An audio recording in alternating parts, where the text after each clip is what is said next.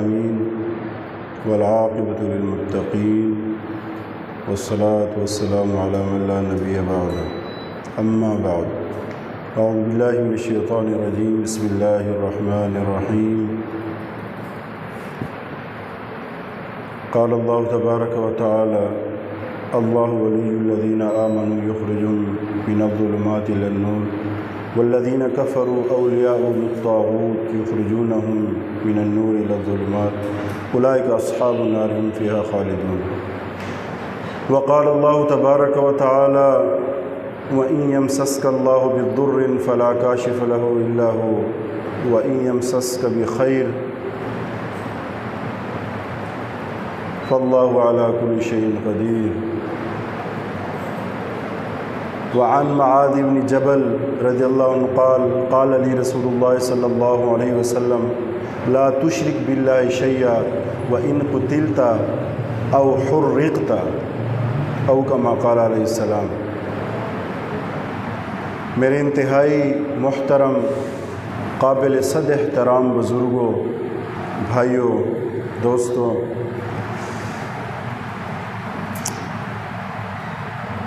دین ایک مکمل ضابطۂ حیات ہے. قرآن اور احادیث مبارکہ اگر یہ ہماری زندگی میں نہیں ہوں گی، ہم ان کو نہیں سمجھیں گے، ان کے احکامات پر عمل پیرا نہیں ہوں گے، تو غیر شعوری طور پہ ہم اللہ اور اس کے رسول سے دور ہوتے جائیں گے. قرآن اللہ کا کلام ہے اور احادیث مبارکہ میرے نبی کریم صلی اللہ علیہ وسلم کی زبان مبارک سے الفاظ جو ادا ہوئے ان کو احادیث کہتے ہیں. تو وہ زندگی کے تمام شعبوں میں ہیں. آپ صلی اللہ علیہ وسلم کی زندگی کے جتنے گوشے ہیں، جتنے پہلو ہیں، ان میں آشکارا کیا گیا. اس میں جو اب ہم مسلمانوں کو حرام و حلال میں، جائز و ناجائز میں یہ کرنا یا نہیں کرنا، اس پہ پابند کر دیا گیا. اور جو غیر مسلم ہیں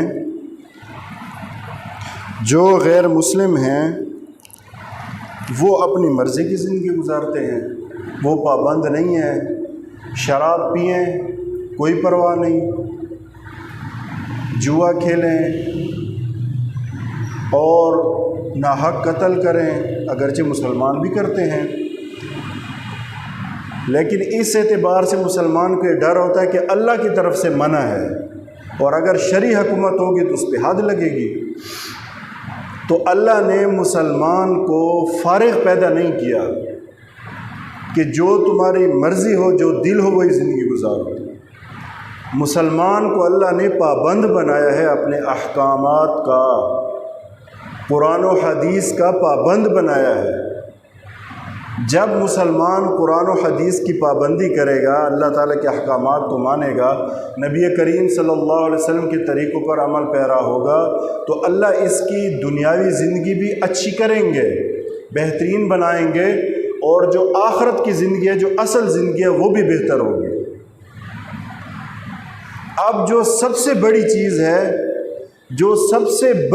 ہے، بڑی مصیبت ہے، وہ اللہ کے ساتھ شریک ٹھہرانا ہے، اللہ کے ساتھ شرک کرنا. اللہ کو ہرگز، اللہ نے کہا چوری والے کو معاف کر دوں گا، ڈاکے والے کو معاف کر دوں گا، قتل والے کو معاف کر دوں گا، زنا والے کو معاف کر دوں گا، جس قسم کے گناہ ہیں معاف کروں گا، شرک کو ہرگز معاف نہیں کروں گا. مشرک کا ٹھکانہ صرف اور صرف جہنم ہے، ہمیشہ کی آگ ہے. بس آپ خود بتائیں، مجھے قصہ یاد آ گیا. ایک دھوبن اور ایک دھوبی میاں بیوی تھے، تو بڑی ان کی زندگی خوبصورت جا رہی تھی، بہت خوشی خوشی ان کی زندگی گزر رہی تھی. ایک دن ان کا جھگڑا ہو گیا، لڑائی ہو گئی. تو ساتھ جو پڑوسی تھے وہ بڑے حیران ہوئے کہ ساری زندگی اتنی اچھی گزری، ایک دوسرے سے وفا کرتے ہوئے، ایک دوسرے کی مدد کرتے ہوئے. جو دھوبی تھا یہ بھی اس کے ساتھ جاتی تھی، کپڑے دھلواتی، جو اس کا نظام زندگی تھا اس میں مدد کرتی، ہاتھ بٹاتی. تو یہ لڑائی کیسے ہو گئی؟ ان میں تو بڑی محبت تھی۔ تو جب آواز آئی، وہ نیک بندہ تھا، اسے آواز آئی کہ میں نے تمہارے ساتھ بھوک برداشت کی، میں نے پیاس برداشت کی، میں نے غربت برداشت کی، میں نے فاقہ برداشت کیا، میں نے ساری مصیبتیں برداشت کی، لیکن میں سوکن برداشت نہیں کر سکتی۔ تو نے کیوں دوسری شادی کی؟ اس پہ لڑائی تھی۔ تیرے ساتھ رہتے ہوئے مجھے 15-20 سال ہو گئے، بھوک آئی میں نے برداشت کی، تمہارے ساتھ میں گھاٹ پہ جاتی ہوں جہاں تو کپڑے دھوتا ہے، پانی بہاتی ہوں، تمہارے ساتھ محنت کرتی ہوں، بھوک آتی ہے، پریشانی آتی ہے، بیماری آتی ہے، مصیبت آتی ہے، میں نے سب برداشت کیا، لیکن سوکن برداشت نہیں ہے۔ وہ جو قریب والے بزرگ تھے، اسی کو دیکھ کر وہ بے ہوش ہو گئے، ان پہ کیفیت طاری ہو گئی کہ جب ایک عورت ہے کمزور سی، اس سے باقی ہر چیز برداشت ہوئی، سوکن برداشت نہیں ہوئی۔ اللہ رب العزت کیسے برداشت کرے گا کہ اس کے ساتھ کوئی شریک ٹھہرایا جائے؟ اسی پہ وہ بے ہوش ہو گیا، اس پہ کیفیت طاری ہو گئی کہ ہم جو چھوٹے شرک ہیں، ایک تو کبائر ہے نا، بڑا شرک ہے، ایک چھوٹے چھوٹے کس سے امید لگا لینا، کسی کی توجہ چلے جانا، دل کی جھانک کسی کی طرف نظر چلی جائے، یہ بھی چھوٹے چھوٹے شرکوں میں آتا ہے۔ کہتے ہیں ہم اللہ کے ساتھ کتنے شریک ٹھہراتے ہیں، ہمیں پتہ ہی نہیں ہوتا۔ اللہ برداشت کرے گا؟ ایک غریب دھوبن وہ برداشت نہیں کر رہی کہ میری سوکن کیسے آئے گی، اللہ کیسے برداشت کرے گا شرک کو؟ بتاؤ آپ، کیسے اللہ شرک کو برداشت کرے گا؟ کہ ہم روزی میں بھی اللہ کے ساتھ شریک ٹھہرائیں، بچہ دینے میں اللہ کے ساتھ شریک ٹھہرائیں، خوشیوں میں اللہ کے ساتھ شریک ٹھہرائیں، غموں میں اللہ کے ساتھ شریک ٹھہرائیں، جبکہ روزی دینے والا صرف اللہ کی ذات ہے۔ وَإِن يَمْسَسْكَ اللَّهُ بِضُرٍّ فَلَا كَاشِفَ لَهُ إِلَّا هُوَ، یہ اللہ کا اعلان ہے قرآن کا۔ وَإِن يَمْسَسْكَ اللَّهُ بِضُرٍّ، اگر اللہ تعالیٰ کسی کو تکلیف دینا چاہے، فَلَا كَاشِفَ لَهُ، کوئی بھی اسے نہیں ہٹا سکتا، کوئی نہیں اٹھا سکتا اسے، إِلَّا هُوَ، اللہ کا یہ ہو کی ضرب ہمارے دل پہ پڑے، مگر صرف اللہ اٹھا سکتا ہے۔ جس کو اللہ نے بیماری دی، دل کی تکلیف دی، گردوں کی تکلیف دی، کینسر کی بیماری ہوئی، شوگر، بلڈ پریشر، جو بیماری ہوئی، اللہ کی قسم اٹھانے والی ذات صرف اللہ کی ہے۔ بیماری اس نے دی ہے، اللہ ہی ٹھیک کرے گا۔ بے شک ڈاکٹر علاج سنت ہے، اسباب ہیں، لیکن اسباب پہ کبھی بھی کوئی یقین نہ کرے۔ کتنے مہنگے علاج ہو جاتے ہیں، امریکہ لے جاتے ہیں، لندن، مردہ واپس لاتے ہیں تابوت میں۔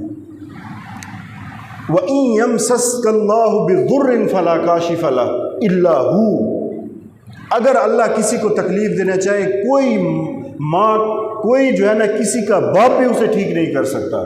دنیا جہان کے ڈاکٹر اکٹھے ہو جائیں، اسپیشلسٹ، ٹھیک نہیں کر سکتے، الا ہو، ہاں اللہ اسے ٹھیک کر سکتا ہے۔ جس نے بیماری دی ہے وہی اٹھائے گا۔ وَإِن يَمْسَسْكَ بِخَيْرٍ، اور اللہ کسی کو خیر پہنچانا چاہے تو کوئی اٹھا نہیں سکتا۔ اللہ کسی کو شفا دینا چاہے، خیر دینا چاہے تو کوئی اس سے اٹھا نہیں سکتا، صرف اللہ کی ذات ہے۔ فاللہ علی کل شیء قدیر، اللہ ہر چیز پہ قادر ہے۔ یار وہ اللہ، کون سا اللہ جس نے طوفان نوح میں نوح اور اس کے 82 بندوں کو بچایا۔ ایسا طوفان تھا، بعض مفسرین کہتے ہیں پوری دنیا تباہ و برباد ہو گئی۔ نوح اور اس کے 82 جو اس کے ساتھ ایمان والے تھے ان کو بچائے، وہی اللہ ہے۔ اور جس نے چھری کے نیچے اسماعیل علیہ السلام کو بچایا ہے، تیز چھری ہے، اوپر نبی ہے اور فل زور لگا رہا ہے، پورا زور لگا رہا ہے، اللہ نے ایک خراش بھی نہیں آنے دی۔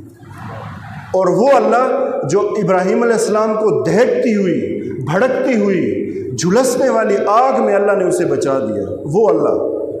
اور جس نے موسیٰ السلام کے پورے لشکر کو ایک بکھرتے ہوئے، ایک بچھڑے ہوئے، موجے مارتے ہوئے، ٹھاٹھے مارتے ہوئے سمندر سے راستے دیے 12، وہ اللہ کہہ رہا ہے۔ اس اللہ کی بات ہے۔ تو میرے نبی نے کیا کہا؟ اے معاذ، لا تشرک باللہ شیئا، اللہ کے ساتھ کبھی شریک نہ ٹھہرانا۔ وَإِن قُتِلْتَ، اگرچہ تجھے قتل کر دیا جائے، او حرقت، اور چاہے تجھے جلا دیا جائے۔ اب اس حدیث کی تھوڑی سی میں تشریح کرتا ہوں۔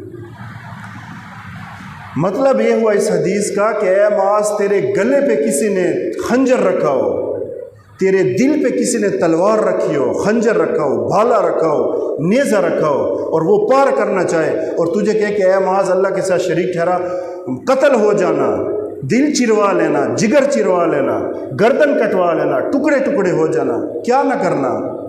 شریک نہ ٹھہرانا۔ کیوں؟ اللہ کے نبی اس صحابی کو اتنی بڑی مصیبت پہ کیوں تیار کر رہے ہیں کہ اپنے جسم کے ٹکڑے کروا دینا، گردن کٹوا دینا، لیکن اے معاذ کیا نہ کرنا؟ شرک نہ کرنا۔ شرک اللہ کو بالکل برداشت نہیں ہے۔ میں نے پہلے یہ بات عرض کی نا، زنا والے کو اللہ معاف کر سکتا ہے، چوری والے کو معاف کر سکتا ہے، ڈکیتی والے کو معاف کر سکتا ہے، جس نے حقوق کھائے ہیں اس کو اللہ معاف کر سکتا ہے، ان میں معافی ہو سکتی ہے کہیں نہ کہیں، شرک میں بالکل کسی صورت معافی نہیں ہے۔ اس لیے علماء نے کہا جو عیسائی، یہودی، ہندو جس مذہب کے ہیں، اگر وہ دنیا میں اچھائی کر رہے ہیں، اللہ کے رسول نے فرمایا ان کا بدلہ اللہ دنیا میں دے دے گا، آخرت میں کچھ نہیں ہے۔ کیوں؟ اللہ کا شریک ٹھہراتے ہیں، بتوں کے آگے جھکے ہوئے ہیں، انہوں نے 3 خدا بنائے ہوئے ہیں، شرک معاف نہیں ہے۔ پھر میں ساتھ دوسری آیت پڑھتا ہوں، اس کی تھوڑی تشریح کرتا ہوں۔ اللہ ولی الذین آمنوا یخرجهم من الظلمات الی النور، اللہ ولی الذین آمنوا، اللہ ان ایمان والوں کا دوست ہے۔ غور سے سننا، اللہ ان ایمان والوں کا دوست ہے جو کیا کرتے ہیں؟ یخرجهم من الظلمات الی النور، لوگوں کو اندھیروں سے نکالتے ہیں، کفر سے نکالتے ہیں، شرک سے نکالتے ہیں، بدعات سے نکالتے ہیں، نکال کر روشنی میں لے جاتے ہیں۔ تو کفر کی تشبیہ جو ہے وہ اندھیرے سے دی گئی ہے، ایمان کی تشبیہ وہ روشنی سے دی گئی ہے۔ ایمان روشنی ہے، روشنی، کفر اندھیرا ہے، گھٹا ٹوپ اندھیرا ہے، سخت اندھیرا ہے۔ تو اللہ ولی الذین آمنوا یخرجهم من الظلمات الی النور، اللہ ان ایمان والوں کا دوست ہے جو لوگوں کو کفر کے اندھیرے سے نکال کر ایمان کی روشنی میں لے جاتے ہیں۔ اللہ ان کا دوست ہے، یہ چھوٹی بات نہیں ہے۔ ولی یعنی اللہ دوست ہے۔ دوست کا کیا مطلب ہوتا ہے؟ ہر جگہ اللہ ان کی مدد کرے گا، ہر جگہ اللہ ان کی نصرت کرے گا۔ جہاں بھی یہ ایمان والے جو لوگوں کو کفر کی تاریکیوں سے نکال کر ایمان کی روشنی میں لے جاتے ہیں، اللہ ہر جگہ حاضر ناظر ہے، ہر جگہ اللہ ان کی مدد کرے گا۔ اللہ نے آپ صلی اللہ علیہ وسلم کی، تمام انبیاء کی اور ان انبیاء پہ ایمان لانے والوں کی، میرے نبی کے ساتھ اللہ نے مدد کی ہے کہ نہیں کی؟ ہر جگہ مدد کی ہے، ہر جگہ مدد کی ہے۔ حتیٰ کہ غزوہ بدر میں اللہ نے کہا ہے نبی آپ فکر نہ کریں، میں فرشتے اتاروں گا۔ اللہ کے نبی رو رہے ہیں، بار بار چادر مونڈے سے نیچے جا رہی ہے، رو رہے ہیں۔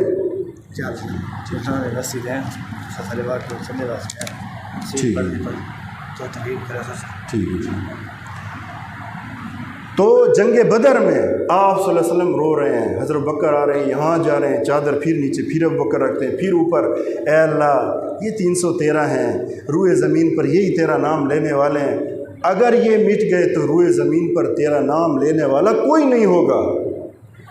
اتنی عاجزی تواضع، تو اللہ کو یہ بات بتانی پڑی اپنے نبی کو جبرائیل السلام کے ذریعے کہ آپ فکر نہ کریں، میں فرشتے اتاروں گا۔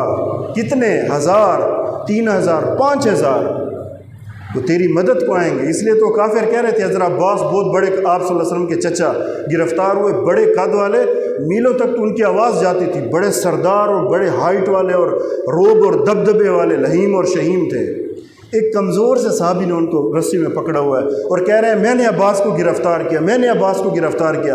عباس کہتے ہیں اللہ کی قسم اس کی ہمت نہیں تھی، مجھے تو کوئی کسی اور مخلوق نے جکڑا، اس کے ہاتھ میں دے دیا، مجھے پکڑ کر جکڑ کر باندھ کر اس کے ہاتھ میں دے دیا، مجھے تو وہ اندیکھی ہے، وہ اب نظر نہیں آ رہے۔ اور وہ صحابی خوش ہے، کمزور سا، میں نے عباس کو گرفتار کر لیا۔ اللہ نے مدد دکھائی ہے۔ اللہ ولی الذین آمنوا یخرجهم من الظلمات الی النور۔ دوسری طرف والذین کفروا اولیاءهم الطاغوت، جو کافر ہیں ان کے دوست کون ہیں؟ اولیاء، ان کے دوست الطاغوت، شیطان، جن اور انسان۔ انسان میں جو شیطان ہیں، جو طاغوتی طاقتیں ہیں، جو کفر کی طرف لے جانے والے ہیں، یہ اولیاء الطاغوت۔ والذین کفروا اولیاء اولیاءہم الطاغوت یخرجونہم من النور الی الظلمات، اس کے الٹ ہیں، جو نور سے روشنی کی طرف، روشنی سے لوگوں کو گمراہ کر کے اندھیرے میں لے جاتے ہیں۔ ایمان والوں کا دوست کون ہے؟ اللہ ولی الذین آمنوا، اللہ ہے، اور والذین کفروا اولیاءہم الطاغوت، اور جو کافر لوگ ہیں ان کے دوست شیطان ہیں، شیطانوں میں سے انسان بھی اور جنات دونوں ہیں۔ بات سمجھ رہے ہیں؟ اور ان کا کام کیا ہے؟ یخرجونہم من النور، روشنی سے، الی الظلمات، اندھیرے کی طرف لوگوں کو بلاتے ہیں۔ اور یہ ان کا انجام کیا ہوگا؟ اولئک اصحاب النار هم فیہا خالدون، یہ وہی لوگ ہیں جو ہمیشہ آگ میں جلتے اور سڑتے رہیں گے، کوئی رحم نہیں کرے گا اللہ ان پہ۔ اس لیے اللہ کے نبی نے معاذ بن جبل کو اس حد تک تیار کیا، اے معاذ تیرے گلے پہ کوئی خنجر رکھ دے، تیرے گلے پہ کوئی تلوار رکھ دے، تیرے سینے پہ کوئی خنجر رکھ دے، تیرے جگر کو کوئی کاٹنے لگے اور تجھے یہ آمادہ کرے کہ تو شرک کر، پھر بھی ماں شرک نہ کرنا، او حرقتا، تجھے بھڑکتی ہوئی آگ میں ڈالیں، تو جل کے بھسم ہو جائے، پھر بھی کیا نہ کرنا؟ شرک نہ کرنا۔ یہ اللہ کے نبی صحابی کو اس حد تک تیار کر رہے ہیں کہ اے معاذ اگر تجھے جلایا جائے، تجھے ٹکڑے ٹکڑے کیا جائے، تجھے کاٹ دیا جائے، پھر بھی شرک نہ کرنا۔ یہ بات ہو گئی۔ اب میں آتا ہوں ہمارے جو زخم ہیں، دعوت و توحید کا ہے، لیکن وہ کس قسم کا شرک ہے جو پاکستان میں نہیں ہو رہا؟ بتاؤ مجھے۔ اب یہ سفر کا مہینہ چل رہا ہے نا، اس میں بھی توہمات، اور علماء نے صاف لکھا ہے جس کا جتنا ایمان کمزور ہوگا، جتنا شیطانی چیزوں میں ہوگا، وہ اتنا ہی زیادہ توہم پرست اور مشرک ہوگا، مسلمان ہی کیوں نہ ہو۔ سفر کا مہینہ ہے نا، لوگ شادیاں نہیں کرتے کیونکہ اس میں مصیبتیں نازل ہوتی ہیں۔ بھئی تمہیں کس باپ نے کہا اس میں مصیبتیں نازل ہوتی ہیں؟ میرے نبی نے تو نہیں کہا سفر میں یہ نہیں کرنا، سفر میں وہ نہیں کرنا، مصیبتیں آتی ہیں، پریشانیاں آتی ہیں، فلاں آتی ہیں۔ کوئی سال، کوئی مہینہ، کوئی بھی منحوس نہیں ہے۔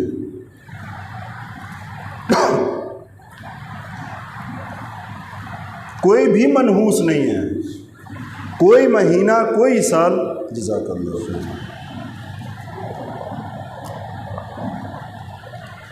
جزاک اللہ۔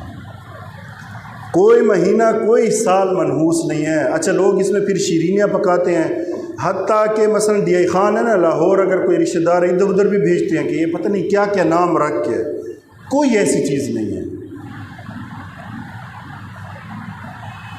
پھر ہمارا جو میرا درد ہے ہم سب کا، وہ کیا ہے؟ ہر چیز میں شرک کرنا۔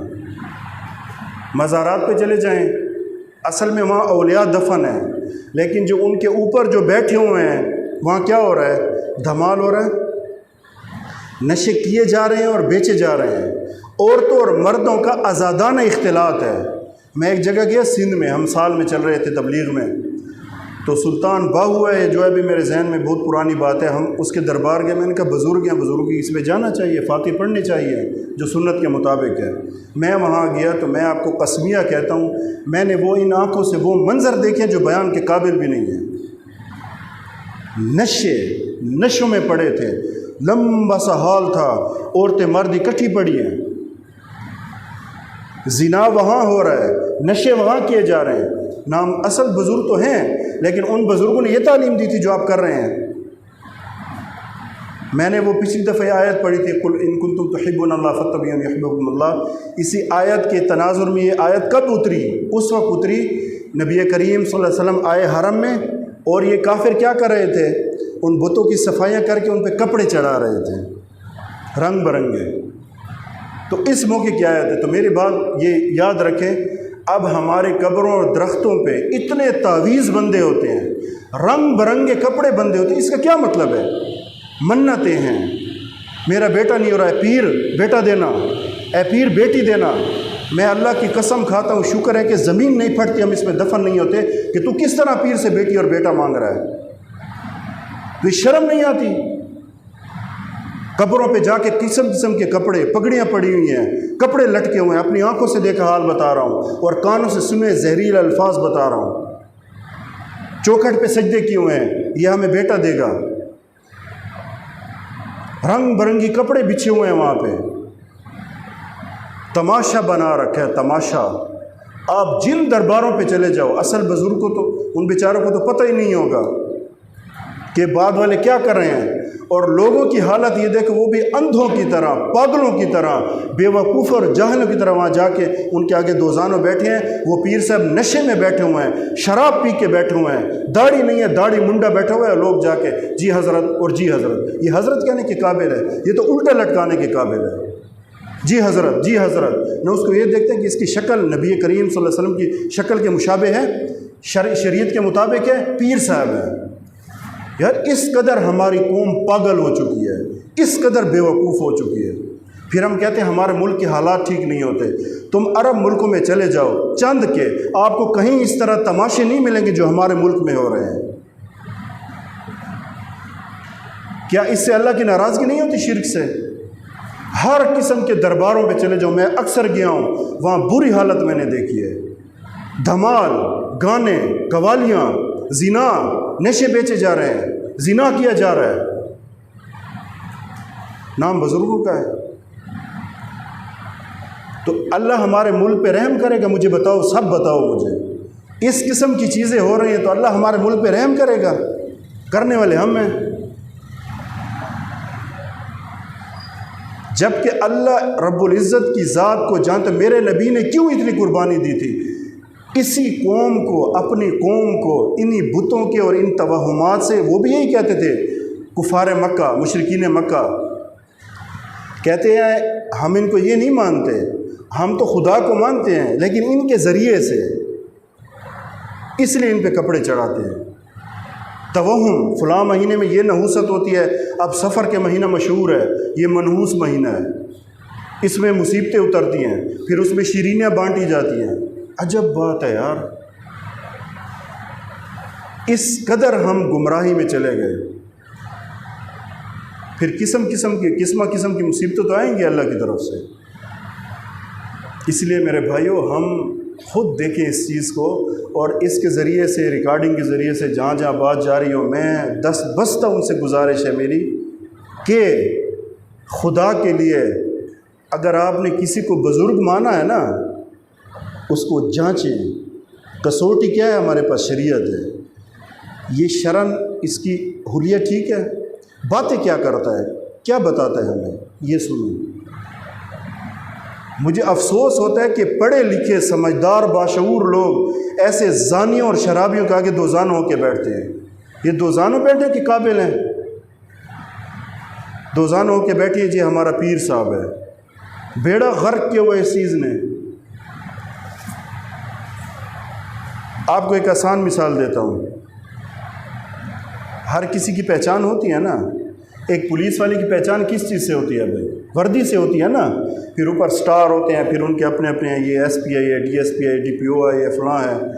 اگر اس کی وردی اتار دی جائے تو اس کو کوئی نہیں پہچانے کہ بھائی کون ہے یہ۔ ایک فوجی آفیسر ہے یا فوجی ہے، اس کو کیسے پہچانا جائے گا؟ اس کی وردی سے، اس کی وردی ہے، پھر اس کے یہ سٹار دیکھے جائیں گے، کتنا ہے، یہ میجر ہے، میجر جنرل ہے، فلاں ہے، کرنل ہے، بریگیڈیئر ہے، کون ہے، اس سے پہچانا جائے گا نا۔ اور رینجر والوں کی اپنی وردی ہے، ایلیٹ پولیس والوں ان کی اپنی وردی، یہ پہچان ہے اپنی اپنی، ٹھیک ہے جی۔ اچھا اسکولوں والے ان کی اپنی اپنی وردی ہے، یونیفارم ہے اپنی اپنی، پہچانے جاتے فلاں اسکول فلاں اسکول۔ کیا مسلمان کی کوئی پہچان نہیں ہے؟ ہر ایک کی پہچان ہے، مسلمان کی کوئی پہچان نہیں ہے۔ بھائی مسلمان کو باشرہ ہونا چاہیے، میرے نبی کی سنت عمامہ اور میرے نبی کا لباس ہونا چاہیے، اس کے چہرے پہ میرے نبی کی سنت ہونی چاہیے، اور اس کی بات دیکھنی چاہیے، بات کیا کر رہا ہے۔ کہیں اس لیبل میں اور اس شکل میں ہمیں گمراہی تو نہیں سکھا رہا۔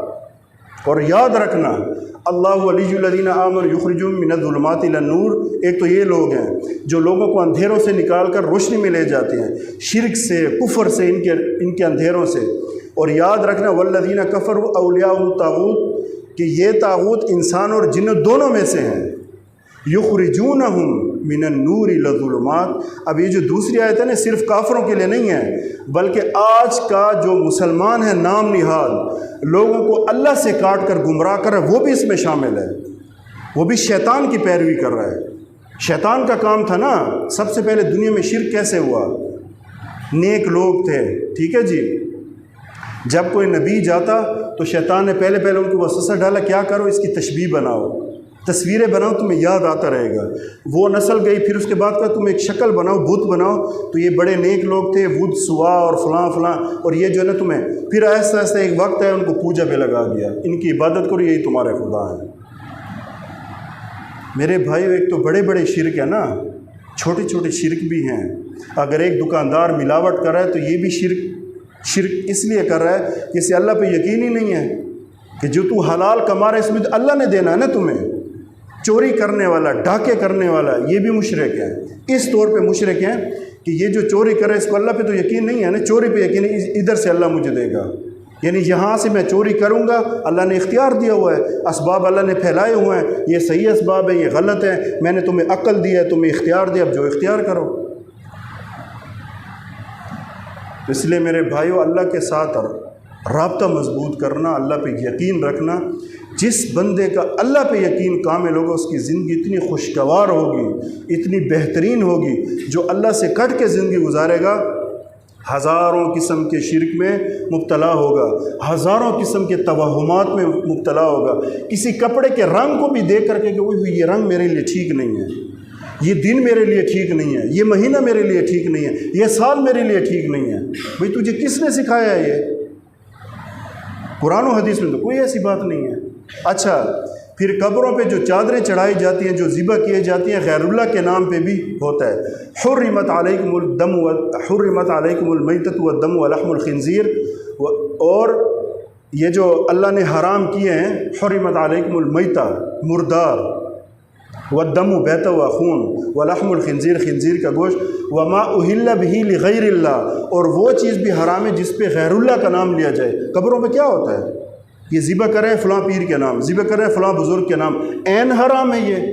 اللہ کے نام کے سوا کسی نبی کا نام بھی نہیں لے سکتے کہ میں اس نبی کے نام پہ قربان کر رہا ہوں، اللہ وہ بھی تمہارے منہ پہ پھینکے گا کہ یہ بھی حرام ہے۔ اللہ کو کسی بھی کوئی بھی شریک قبول نہیں ہے۔